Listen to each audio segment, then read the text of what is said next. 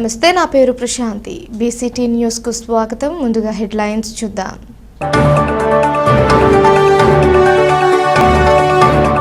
YCP ప్రభుత్వంలో జగనన్న కాలనీల మెరక పేరుతో కాలువ కట్టలు మట్టి తవ్వడం వల్లనే గండ్లు పడుతున్నాయి.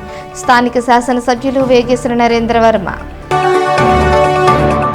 మోంతా తుఫానును సమర్థవంతంగా ఎటువంటి ప్రాణ ఆస్తి నష్టం జరగకుండా ఎదుర్కోవడం జరిగింది. జిల్లా ఎస్పీ బి ఉమామహేశ్వర్. అధికారుల నిర్లక్ష్యంతో క్షీరభావనారాయణ స్వామి వారికి తుఫాను కష్టాలు పట్టించుకోని పురావస్తు దేవాదాయ శాఖల అధికారులు.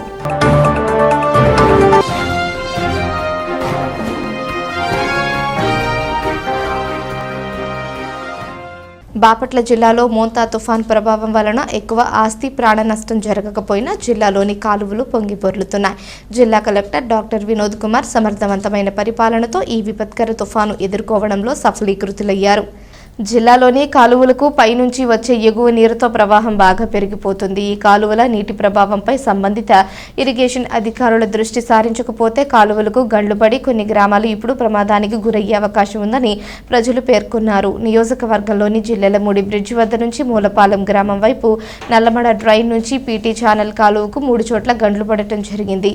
దీని కారణంగా మూలపాలెం గ్రామానికి పంట పొలాలకు ప్రమాదం పొంచి ఉంది. సంబంధిత అధికారులు వెంటనే చర్యలు చేపట్టకపోతే కాలువ కట్టలు తెగిపోయే అవకాశం ఉంది. విషయం తెలుసుకున్న బాపట్ల ఎమ్మెల్యే వేగేశ్వర నరేంద్రవర్మ గండిపడిన ప్రాంతానికి వెళ్లి పరిశీలించారు. అక్కడి నుంచే సంబంధిత అధికారులతో ఫోన్లో సంప్రదించి తగు జాగ్రత్తలు తీసుకోవాలని సూచించారు. వైసీపీ ప్రభుత్వ హయాంలో జగనన్న కాలనీ మెరక పేరుతో కాలువ గట్లు తవ్వారని, దీంతో గండ్లు పడే పరిస్థితి ఏర్పడిందని ధ్వజమెత్తారు. సుమారు 18 లక్షలు కట్ట మరమ్మతులు చేయించామని, అందువల్ల గ్రామం వైపు కట్ట బలంగా ఉందన్నారు. గతంలో చేసిన తప్పులను కప్పిపుచ్చుకొని మీరేం చేస్తున్నారు అని ప్రశ్నించడం హాస్యాస్పదంగా ఉందన్నారు. వైసీపీ ప్రభుత్వం అప్పులు చేసి వెళ్లిందని, కూటమి ప్రభుత్వం సంపదను సృష్టించి ఖర్చు చేయడం జరుగుతుందని అన్నారు.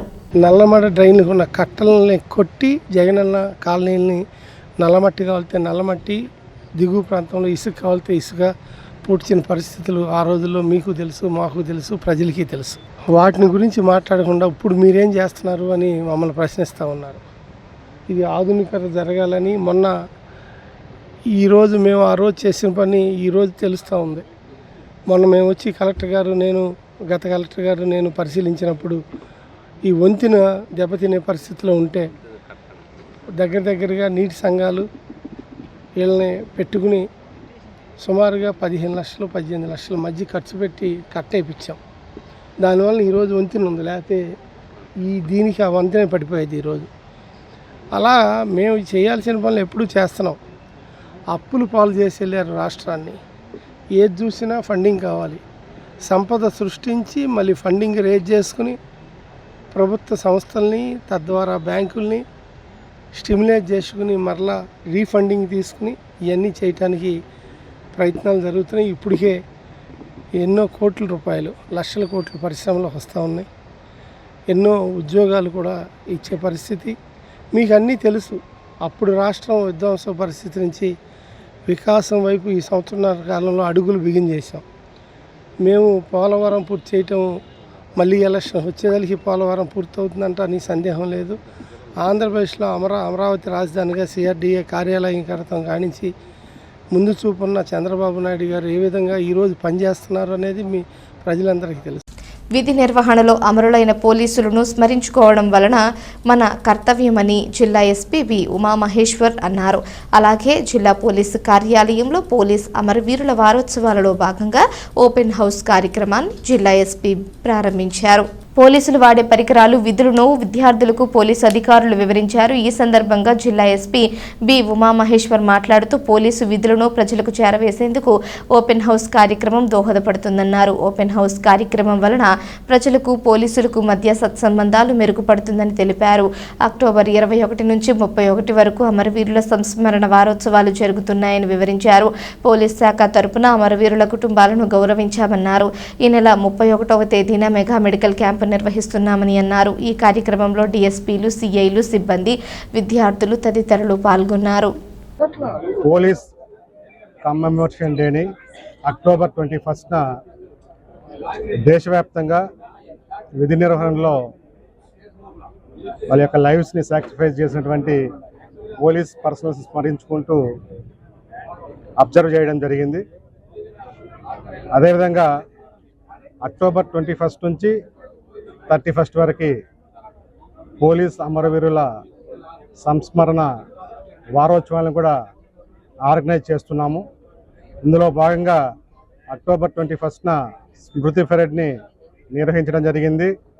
దాని తర్వాత ఈ వారోత్సవాల్లో భాగంగా across nation, state and Bapatla డిస్టిక్లో ఈ పోలీస్ అమరవీరుల్ని స్మరించుకుంటూ అనేక అవుట్రీచ్ అండ్ రిమెంబరెన్స్ యాక్టివిటీస్ని చేయడం జరిగింది. ఇందులో భాగంగానే అక్టోబర్ 21న స్మృతి పెరేడు, అదేవిధంగా పోలీస్ అమరవీరుల కుటుంబాలని పరామర్శించడం, వాళ్ళని గౌరవించుకొని సన్మానం చేసుకోవడం, అదేవిధంగా యూత్ ఎస్పెషలీ పాఠశాలలు కళాశాలలో ఉన్నటువంటి విద్యార్థులకి వ్యాసరచన, వ్యక్తృత్వ అండ్ డిబేట్స్ కార్యక్రమాలు, అదేవిధంగా పోలీస్ కుటుంబాల పిల్లలకు కూడా అనేక కార్యక్రమాలు, ఇటువంటి కార్యక్రమాలు నిర్వహించడం జరిగింది. వీటితో పాటు మారథాన్ కార్యక్రమాలని, అదేవిధంగా వాకథాన్ కార్యక్రమాలను కూడా నిర్వహించడం జరిగింది. మెడికల్ క్యాంప్స్, బ్లడ్ డొనేషన్ క్యాంప్స్ను కూడా కారపాలెంలో మనం ఆర్గనైజ్ చేయడం జరిగింది. పబ్లిక్కి అండ్ పోలీస్ ఫ్యామిలీస్కి, అదేవిధంగా అమరవీరుల ఫ్యామిలీస్కి అందరికి కూడా. రేపు మరొక మెగా మెడికల్ క్యాంప్ను కూడా ఆర్గనైజ్ చేయబోతున్నాము. మొత్తం జిల్లా వ్యాప్తంగా ఉన్నటువంటి పోలీస్ ఫ్యామిలీస్, అమరవీరుల ఫ్యామిలీస్ అందరికి కూడా, పబ్లిక్ను కూడా ఇన్వైట్ చేస్తున్నాము.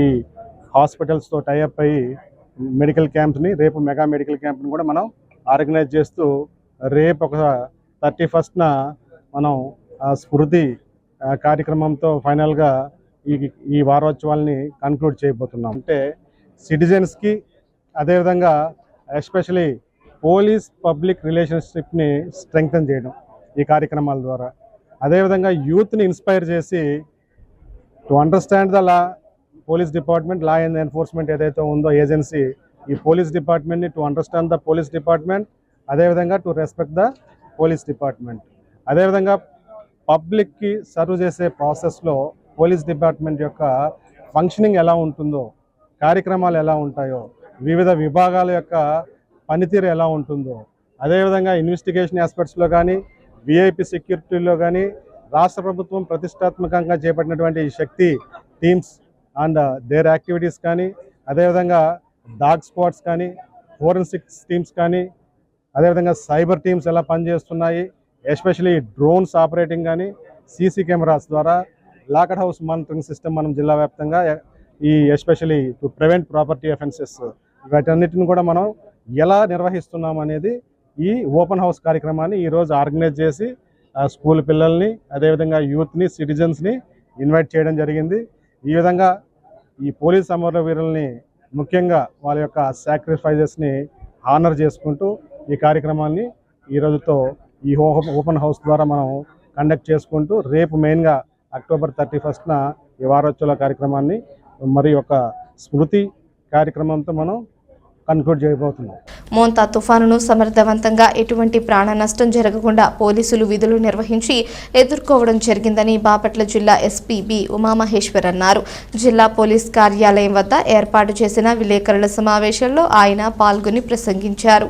జిల్లాలో 400 చెట్లు విరిగి పడటం జరిగిందని సమాచారం అందిన 40 నిమిషాలలోనే సమస్యలను పరిష్కరించామని ఈ సందర్భంగా ఆయన పేర్కొన్నారు. తీరం దాటిన తరువాత పెద్ద ఎత్తున గాలివాన రావడం జరిగిందన్నారు. 120 విద్యుత్ స్తంభాలు విరిగిపోయాయని అన్నారు. ఇతర ప్రాంతాల్లో పడిన వర్షం వలన మన ప్రాంతానికి అధికంగా వర్షం నీరు రావడం జరిగిందన్నారు. అన్ని ప్రాంతాలలో నిఘా ఉంచామన్నారు. 190 రిలీఫ్ కేంద్రాలను ఏర్పాటు చేశారని అన్నారు.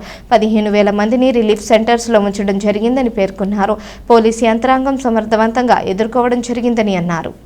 మోందా తుఫాన్ ఎఫెక్ట్ సంబంధించి ఆ హెచ్చరికల్ని రాష్ట్ర ముఖ్యమంత్రి వర్యులు కానీ, రాష్ట్ర ప్రభుత్వంలో ఉన్నటువంటి ఎస్డిఎంఏ రాష్ట్ర విపత్తుల నిర్వహణ విభాగం కానీ, అదర్ ఏజెన్సీస్ ఇచ్చినటువంటి ఇన్పుట్స్ అన్నీ కూడా ప్రాపర్గా తీసుకుంటూ అన్ని లైన్ డిపార్ట్మెంట్స్తో మా పోలీస్ విభాగం కోఆర్డినేట్ చేసుకొని ఈ తుఫాన్ని, మోందా తుఫాన్ని ఎదుర్కొని ఎటువంటి ప్రాణ నష్టం లేకుండా, అదేవిధంగా జిల్లా వ్యాప్తంగా మనం ఈ మోందా తుఫాను తీరం దాటిన తర్వాత బాపట్ల జిల్లా మీద ఎస్పెషలీ హెవీ రైన్ ఎఫెక్టు, అదేవిధంగా స్ట్రాంగ్ విండ్స్ ఎఫెక్టు ఉండడం జరిగింది. దీనివల్ల జిల్లా వ్యాప్తంగా చాలా ప్రాంతాల్లో సుమారు 400 వరకు heavy trees and especially residential ఏరియాస్లో కావచ్చు, కొన్ని చోట్ల హాస్పిటల్స్ దగ్గర, అదేవిధంగా టెంపుల్స్ దగ్గర, స్కూల్స్ దగ్గర, మెనీ ట్రాఫిక్ రిలేటెడ్ ఏరియాస్లో చాలా వరకు ట్రీస్ ఫాలన్ అవ్వడం జరిగింది. సో ఎటువంటి ఇన్సిడెంట్ జరిగినా కూడా మనకి రిపోర్ట్ అయినటువంటి ఇమ్మీడియట్లీ 30 to 40 మినిట్స్లో వాటన్నిటిని క్లియర్ చేయడం, అదేవిధంగా ఈ స్ట్రాంగ్ విండ్స్ ఎఫెక్ట్ జరిగినటువంటి సుమారు 130 వరకు ఎలక్ట్రికల్ పోల్స్ డ్యామేజ్ అన్నిటిని కూడా ఎటువంటి ప్రమాదం అక్కడ జరగకుండా, పబ్లిక్ జరగకుండా, వెళ్ళినటువంటి టీం కూడా ఇబ్బంది లేకుండా ఇమ్మీడియట్గా వాటి అన్నిటిని రెస్టోర్ చేయడం లాంటి కార్యక్రమాలు మనం విజయవంతంగా చేయడం జరిగింది. ఇదే కాకుండా మనకి ఎక్కడెక్కడైతే రోడ్డు బ్రీచెస్ జరిగాయో పలు ప్రాంతాల్లో చాలా చోట్ల మనకి రోడ్ బ్రీచెస్ జరగడం జరిగింది. అదేవిధంగా ఓవర్ఫ్లో ఆఫ్ రెయిన్ వాటర్ చాలా ప్రాంతాల్లో మనకి ఈ వాగులు వంకలు గత కొద్ది రోజులకు కురుస్తున్నటువంటి రెయిన్స్ కావచ్చు, ఈ తుఫాను సందర్భంగా వచ్చినటువంటి రెయిన్ అండ్ అదర్ ప్రాంతాల నుంచి వస్తున్నటువంటి డ్రైన్ ఇంపాక్ట్ కూడా మన బాపట్ల జిల్లాలో ఎక్కువగా ఉండడం వల్ల చాలా ట్యాంక్స్ కూడా మోర్ దాన్ 100 ట్యాంక్స్ మీద అబ్జర్వేషన్ పెట్టడం జరిగింది. ఈ ప్రాంతాల్లో ఉన్నటువంటి హెబిటేషన్స్ అన్నింటినీ కూడా మన అబ్జర్వేషన్లో ఉంచుతూ పబ్లిక్ని అలర్ట్ చేస్తూ రిలీఫ్ సెంటర్స్ని మనం సుమారు మన జిల్లాలో 190కి పైగా రిలీఫ్ సెంటర్స్కి 13,000కి పైగా 13 నుంచి 15,000 వరకు మనము ఈ పబ్లిక్ని మొబిలైజ్ చేసి ఓవరాల్గా మనం జిల్లాలో ఈ తుఫాన్ సందర్భంగా ఎటువంటి ప్రాణ నష్టం కానీ ఆస్తి నష్టం కానీ జరగకుండా మన పోలీస్ యంత్రాంగం 24/7 తమ యొక్క సేవలు అందించి ఈ తుఫాన్ ఎదుర్కొని సక్సెస్ఫుల్గా మనం విధులు నిర్వహించడం జరిగింది. ఇదే కాకుండా మనం ఎస్టర్డే ఈ తుఫాన్ తర్వాత జరిగినటువంటి వాగుల యొక్క ఉధృతికి, ముఖ్యంగా ఈ గుండ్లకమ్మ వాగు అద్దంకిలో కావచ్చు, అదేవిధంగా పర్చూరు వాగు ఇంపాక్ట్ వల్ల సుమారు 16 మంది పర్చూరు వాగు ఇంపాక్ట్ వల్ల ఎఫెక్ట్ అవ్వడం వల్ల వాళ్ళందరినీ కూడా రెస్క్యూ చేయడం జరిగింది. సక్సెస్ఫుల్ రెస్క్యూ మనం పర్చూరు వాగు వల్ల సుమారు 15 మెంబర్స్ ఒక చోట, అనదర్ ప్లేస్లో అనదర్ పర్సన్ ఈ వాషౌట్ అయ్యే సిచ్యువేషన్స్ నుంచి మనం కాపాడడం జరిగింది. అదేవిధంగా అద్దంకిలో కూడా 6 మెంబర్స్ టోటల్గా మున్సిపల్ కార్మికులు మున్సిపల్ వాటర్ని సప్లై చేసే ప్రాసెస్లో ఆ పంప్స్ దగ్గరికి వెళ్ళి ఆ గుండ్లకమ్మ వాగులో కూడా ఇరుక్కోవడం జరిగింది. వాళ్ళని కాపాడడానికి వెళ్ళిన ఫిషర్మెన్ కూడా ఒక 3 మెంబర్స్ మనకు వాళ్ళు కూడా ఎఫెక్ట్ అయితే ఈ 6 మెంబర్స్ కూడా మనం సక్సెస్ఫుల్గా రెస్క్యూ చేయడం జరిగింది. చిన్నగంజాంలో కూడా ఒక 2 మనం వాషౌట్ అవుతుంటే ఆ కార్యక్రమం నుంచి కూడా వాళ్ళని సక్సెస్ఫుల్గా రెస్క్యూ చేసి సుమారు 22 మెంబర్స్ పైగా ఎటువంటి ప్రాణం నష్టం జరగకుండా మన టీమ్స్ గ్రౌండ్లో చాలా సక్సెస్ఫుల్గా వాళ్ళని రెస్క్యూ చేస్తూ పనిచేయడం జరిగింది. గత 25 సంవత్సరాలుగా తాడిశెట్టి పోలేరమ్మ కొలుపుల వేడుకలు ఘనంగా నిర్వహించినట్లు గ్రామ పెద్ద మండల పరిషత్ ఉపాధ్యక్షులు పందరబోయిన సుబ్బారావు అన్నారు.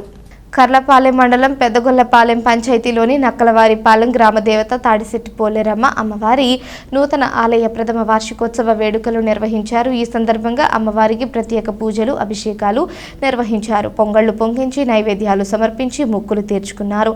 మాజీ డిప్యూటీ స్పీకర్ కోన రఘుపతి అమ్మవారిని దర్శించుకుని పూజలు చేశారు.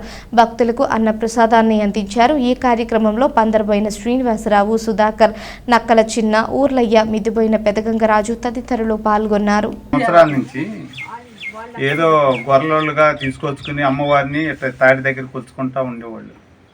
వాళ్ళతో పాటు మేము కూడా సహకరించి ఊళ్ళో గ్రామ పెద్దలు అందరూ యువకులు మొత్తం ఉత్సాహవంతులు అందరూ కలిసి కూర్చుకుంటూ వచ్చి పొంగలు చేసుకుంటా, ఏటలు చెల్లించుకుంటా, భోజనాలు పెట్టుకుంటా ప్రతి సంవత్సరం అటు చేసుకుంటూ వచ్చాం. ఈ రోజుకి సంవత్సరం అయింది. ఈ రోజుకి దాని సందర్భంగా ప్రథమ వార్షికోత్సవం సందర్భంగా ఈరోజు పాలాభిషేకం, పుష్పాభిషేకం, కుంకుమాభిషేకం, పాలాభిషేకం, మరి కొబ్బరి నీళ్లుతో పంచదార అభిషేకం, అన్ని విధాలుగా అభిషేకాలు చేసి ఈ రోజున పంచామృతంతో చక్రం పొంగలు చేసి కొబ్బరికాయలు కొట్టి అలంకరించి అమ్మవారిని బాగా అలంకరించి నైవేద్యాలు పెట్టి దాని కారణం వల్ల ఈరోజు ఇంత దూరం రాగలిగాం. పెదగొల్లపాలెం పంచాయతీ నక్కలవారిపాలెం గ్రామంలో గత 25 సంవత్సరాలుగా అమ్మవారిని తాడి చెట్టు కింద కొలుచుకుంటున్నామండి. దానివల్ల మా గ్రామ పెద్దలు, ప్రజలు కొంచెం గుడి కట్టుకున్నాం. గుడి కట్టుకున్న సంవత్సరం అవుతుందండి. ఈ సంవత్సరం మొదటి వార్షిక సందర్భంగా పొంగళ్ళ పెట్టి మా నైవేద్యాలతో అమ్మవారిని అలంకరించి మన అన్నసంతర్పణ జరుగుతుంది. దీనివల్ల అమ్మవారిని గుడి స్థాపించినప్పటి నుంచి మా ఊర్లో కొంచెం మంచి జరుగుతుందండి. వృత్తిరీత్యా కానీ వ్యాపారరీత్యా కానీ దాని ధనరీత్యా కానీ బాగా జరుగుతుంది. ఇంకా అమ్మవారిని ఇంకా బాగా అభివృద్ధి చేయాలని కోరుకుంటున్నామండి. బాపట్ల ప్రజల ఇలవేల్పు క్షీర భావనారాయణ స్వామికి తుఫాను కష్టాలు తప్పలేదు. అధికారుల నిర్లక్ష్యంతో భక్తులకు వారాలు ఇచ్చే భావదేవునికి నీటి కష్టం ఏర్పడింది. తుఫాన్ నేపథ్యంలో కురిసిన భారీ వర్షాలకు స్వామి గర్భగుడిలో వర్షపు నీరు నిలిచింది. దీనిని తొలగించేందుకు పూజారులు ప్రయత్నాలు చేసినా వారి ప్రయత్నం విఫలమైందని ఆవేదన వ్యక్తం చేస్తున్నారు. అయితే సంబంధిత దేవాదాయ ధర్మాదాయ శాఖ ఏవో దృష్టికి దేవస్థానంకు చెందిన సిబ్బంది తీసుకువెళ్లగా ఎలాగోలా తీయించండి, తర్వాత వచ్చి చూస్తా అంటూ సమాధానం చెప్పడం ఆశ్చర్యానికి గురి చేసిందని చెబుతున్నారు. అదేవిధంగా పురావస్తు శాఖ వారు కూడా పట్టించుకోకపోవడంతో ఇటువంటి పరిణామం ఏర్పడిందని భక్తులు పేర్కొంటున్నారు. చిన్న పని ప్రారంభించిన వారి కనుసన్నల్లో జరగవలసి ఉంటుంది. గత ప్రభుత్వం హయాంలో దేవాలయాన్ని అభివృద్ధి చేశారు, కానీ నీళ్లు నిలవకుండా ఉండేందుకు చర్యలు తీసుకోలేదని పలువురు ఆరోపిస్తున్నారు. స్వామివారి సన్నిధికి బాధ్యతలు నిర్వహిస్తూ స్వామివారికి కష్టం వస్తే పట్టించుకునే అధికారులు లేకపోవడం చాలా దారుణమైన విషయం.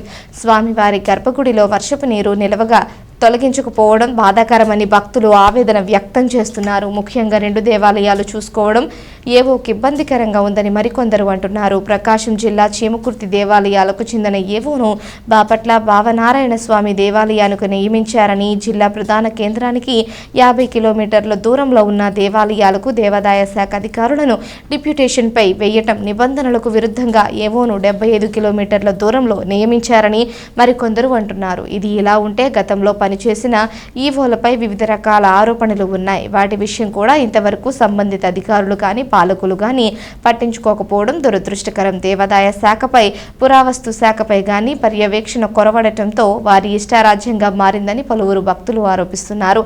ఇప్పటికైనా జిల్లా కలెక్టర్ దీనిపై దృష్టి సారించి అవినీతికి పాల్పడిన అధికారులపై తగిన చర్యలు తీసుకోవాలని కోరుతున్నారు. తుఫాను పునరావాస కేంద్రాల్లో ఉంటున్న వృద్ధులకి కర్లపాలెం మానవతా శాఖ ఆధ్వర్యంలో దుప్పట్లు పంపిణీ చేశామని మానవతా స్వచ్ఛంద సేవా సంస్థ అధ్యక్షులు తూనుగుంట్ల వెంకట సుబ్బారావు అన్నారు. తూనుగుంట్ల జగదీష్ కుమార్, ఆలపాటి వెంకటరమణ, పెన్మత్స నాగవర్మరాజు, తూనుగుంట్ల లలిత బాబుల సహకారంతో దుప్పట్లను సమకూర్చినట్లు తెలిపారు. ఈ కార్యక్రమంలో భాగంగా నర్రావారిపాలెం, ఊర్లమ్మ కాలనీ పరిసర ప్రాంతాల్లో ఉన్న 70 మంది కుటుంబాలకు దుప్పట్లు పంపిణీ చేశారు. ఈ కార్యక్రమంలో కర్లపాలెం మానవతా శాఖ కార్యదర్శి మందపాటి పరమానంద కుమార్, కోశాధికారి Lalithababu, Karlapalem Indian red cross society chairman Enukollu Polisurao, మానవతా శాఖ డైరెక్టర్ అట్ల బాలాజీ రెడ్డి తదితరులు పాల్గొన్నారు. అట్టడుగు వర్గాలు ఉన్నారు, ఎరుకుల యానాదులు, ఎస్టీ కులానికి చెందిన వారు, అలాగే ఎస్సీ, ఎస్టీ, బీసీ ఎవరైనా సరే ఆపదలో ఉన్నటువంటి నిరుపేదలకి మాతో పాటు చిన్న సహాయం చేయడానికి మేము ముందుకు వచ్చాము. దాంట్లో భాగంగానే ఆలపాటి రమణారావు గారు మాకు చేదోడు వాదోడుగా ఉండి మరి వారి ద్వారా దీంట్లో పాల్పంచుకోవడం మాకు సంతోషదాయకం. అట్లాగే మీ గ్రామంలో మీ స్కూల్లో ఇక్కడ మీరు తలదాల్చుకోవడానికి వచ్చినందుకు మన గ్రామం నుంచి పెద్దలు అడిగితే 30 మంది ఇక్కడ నివాసులు ఉన్నారు. మరి వాళ్ళకి ఇతను సహాయం చేయాలన్నప్పుడు పెద్దలు ప్రెసిడెంట్ గారు సుబ్బారావు గారు, మరి అట్లా బాలాజీ రెడ్డి గారు, మరి మాస్టారు పోలీసురావు గారు, రెడ్ క్రాస్ నుంచి లలితబాబు గారు, మేమందరం కలిసి మరి మీ గ్రామానికి వచ్చి కొద్దిపాటి సహాయం చేయడానికి చేసాము. మరి ఈ సహాయాన్ని మీరు మా మానవతా సంస్థ ద్వారా, రెడ్ క్రాస్ ద్వారా, మరి పెద్దల ద్వారా అందుకుని మరి చిరు ఉపాయం ఇచ్చేదాన్ని మీరు సంతోషంగా తీసుకోవాలని కోరుకుంటూ రోజు మానవతా శాఖ కర్లపాలెం ఆధ్వర్యంలో ఈ చిన్న లోతట్టు ప్రాంతంలో ఉన్న ఈ పునరావాస కేంద్రంలో ఉన్న వీరికి మా వంతు సహాయ సహకారాలుగా మానవతా శాఖ కర్లపాలెం శాఖ నుంచి తూనుగుంట్ల వెంకట సుబ్బారావు, మరి ఆలపాటి వెంకటరమణ, తూనుగుంట్ల లలితబాబు గారు, మరి రాజు గారు కలిసి ఈ సంయుక్తంగా వారి యొక్క సహకారంతో ఒక 30 మందికి పేదలకి దుప్పట్లు పంపిణీ చేస్తున్నాం. మోంతా తుఫాను వలన కర్లపాలెం మండల పరిధిలో పలు గ్రామాల్లోని పల్లపు ప్రాంతాలలో నీళ్లు నిలిచాయి. గృహాలు, వాటర్ పైపులు నీట మునిగాయి. కర్లపాలెంలో ఎంవి రాజుపాలెం బీసీ హాస్టల్ వెనుక దండుబాట మొదలగు ప్రాంతాలలో ఇల్లు మధ్యలోకి నీరు వచ్చి గృహాలకు రాకపోకలకు ఇబ్బందులు పడుతున్నారు. ఈ సందర్భంగా స్థానికులు మాట్లాడుతూ రోజుల తరబడి వర్షపు నీరు నిల్వ ఉంటే అంటువ్యాధులు ప్రబలే అవకాశం ఉందన్నారు. సంబంధిత అధికారులు చర్యలు తీసుకుని నీటిని తొలగించాలని, పరిసర ప్రాంతాల్లో బ్లీచింగ్ చల్లించి అంటువ్యాధులు రాకుండా చూడాలని కోరుతున్నారు. బాపట్ల నియోజకవర్గంలోని జిల్లెళ్లమూడి గ్రామంలో సమీపంలో మోంతా తుఫాను కారణంగా నల్లమడ డ్రైన్కు గండిపడింది. దీంతో సమీపంలోని పంట మొత్తం నీట మునిగి రైతులకు నష్టం వాటిల్లింది. అయితే పెద్ద ప్రమాదం తప్పింది. గ్రామం వైపు కాలువకు గండి పడకుండా పొలాల వైపు పడటంతో ప్రమాదం తప్పింది. మోంతా తుఫాను ప్రభావం వలన నియోజకవర్గంలో కొన్ని ప్రాంతాలు నీట మునిగాయి. మరికొన్ని ప్రాంతాలలో ఇళ్లలోకి నీరు చేరింది. మండలంలోని నల్లమడ వాగుకు పెద్ద ఎత్తున నీరు చేరి ప్రవహించడంతో గండిపడింది. గత ప్రభుత్వ హయాంలో మట్టి కొట్టడంతోనే ఈ గండి పడిందని రైతులు ఆరోపిస్తున్నారు. నీటి ప్రవాహం తగ్గేంత వరకు కాలువగట్టును కాపాడుకొని రాబోయే రోజుల్లో కూడా ప్రమాదం జరగకుండా చర్యలు తీసుకోవాల్సిన అవసరం సంబంధిత శాఖ అధికారులకు ఉంది. వార్తలు ముగించే ముందు హెడ్లైన్స్ మరోసారి.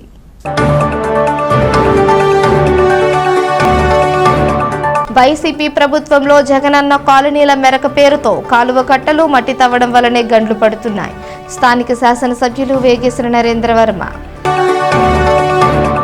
మోంతా తుఫానును సమర్థవంతంగా ఎటువంటి ప్రాణ ఆస్తి నష్టం జరగకుండా ఎదుర్కోవడం జరిగింది. జిల్లా ఎస్పీ బి ఉమామహేశ్వర్. అధికారుల నిర్లక్ష్యంతో క్షీరభావనారాయణ స్వామి వారికి తుఫాను కష్టాలు పట్టించుకోని పురావస్తు దేవాదాయ శాఖల అధికారులు.